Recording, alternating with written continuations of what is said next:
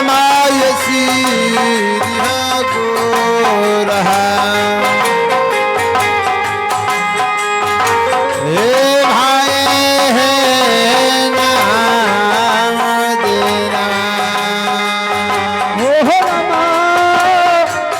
समाय श्री गुरु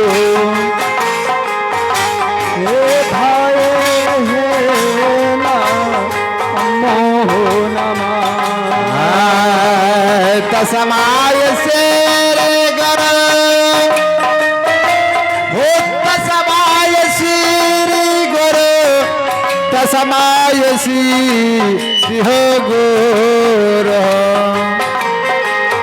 हे भाई हे नाम देना तस्माय श्री गुरु तस्माय श्री तस्माय श्री गुरु हे भाई हे नमो नमः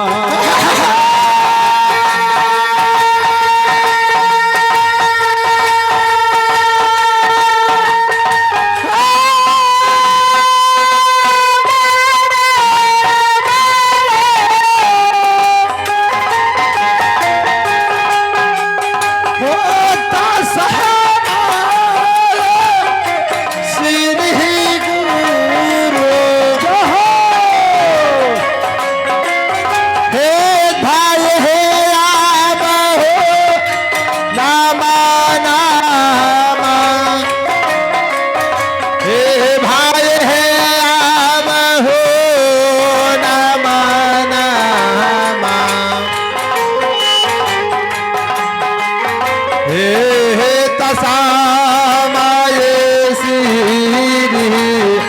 गुरु हो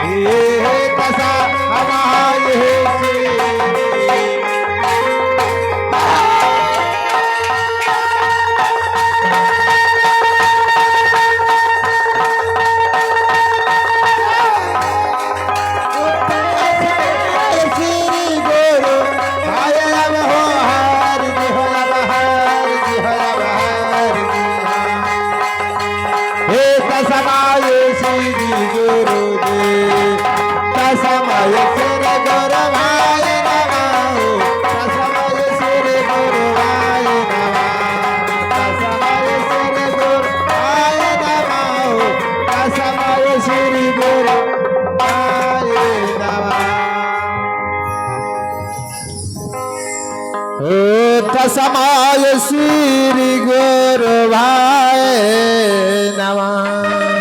तो प्रिय सज्जनों, हम सबों को इन बातों का ज्ञात होना चाहिए कि हम सबों ने अभी सर्वप्रथम किसे मनन कर रहे थे, किसका वंदना कर रहे थे। जैसे कहा अखंड मंडलाकार। तो हम सबों को इन बातों का ज्ञात होना चाहिए।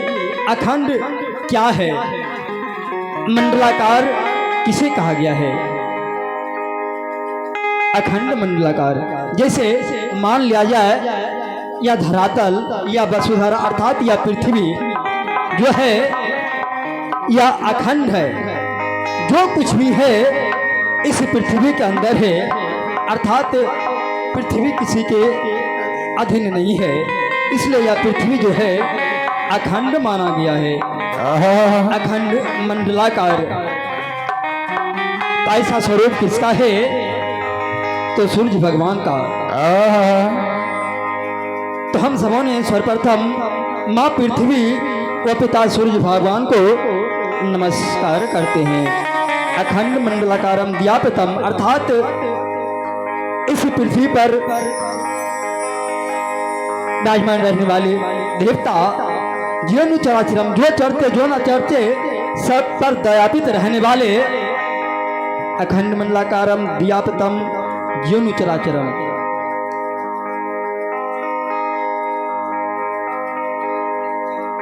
गुरु ब्रह्मा गुरु विष्णु गुरुदेव महेश्वराय। गुरु साक्षात पारब्रह्म।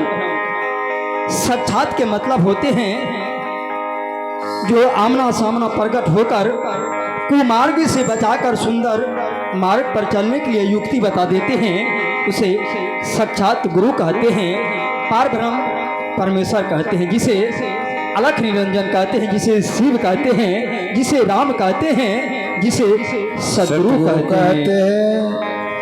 तस्मै श्री गुरुवे नमः। नाम उस समय की बात है जो कि यह जीव या शरीर इस प्रकाश लोक में नहीं थे, तो कहाँ थे? अंधकार लोक से, जिन्होंने कि अंधकार लोक से उबार कर प्रकाश लोक में विचरण करने के लिए भेज दिए हैं। ऐसे तो कहा है गुनाम अंधकार रू नाम प्रकाश है। जिन्होंने कि अंधकार से उबार कर प्रकाश लोक में विचरण करने के लिए भेज देते हैं, दिए हैं। हम उस गुरु महाराज को नमन करते हैं। बोल दो प्रेम से माता भगवती महारानी की जय। तो फिर सजनों, ऐसे तो हर शब्दों में जय गुरुदेव हे गुरुदेव का मुखारबिंद पर आ जाते हैं। ऐसी इन शब्दों में ऐसी कौन सी बड़ी बात है जो कि संतों ने बड़े श्रद्धा और रुचि के साथ सर्वप्रथम इसे मनन करते हैं। ऐसे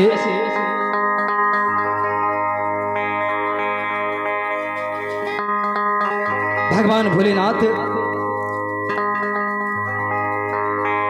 हमारे गोस्वामी तुलसीदास जी महाराज को एक दिन स्वप्न दिया और स्वप्न में जाकर कहा, हे गोस्वामी तुलसीदास जी महाराज, आप एक कार्य करें, अर्थात आप एक ग्रंथ को लिखें, रामायण को लिखें। तो गोस्वामी तुलसीदास जी महाराज कहते हैं, हे प्रभु, हम उतना पढ़े लिखे विद्वान नहीं हैं, हमारे पास इतनी बड़ी क्षमता नहीं है जो कि इतनी बड़ी को ग्रंथ को हम तैयार कर सके, लिख सके। तो भगवान भोलेनाथ कहते हैं, काहे जापे कृपा राम होई ताप कृपा करे सब कोई। जिन पर कृपा प्रभु की हो उन पर कृपा सभी करते हैं। इसलिए हमारी बात को मानकर आप इस कार्य को सफल करें। तो गोस्वामी तुलसीदास जी महाराज कहते हैं, जो आज्ञा आपका प्रभु वैसा ही मैं करूंगा।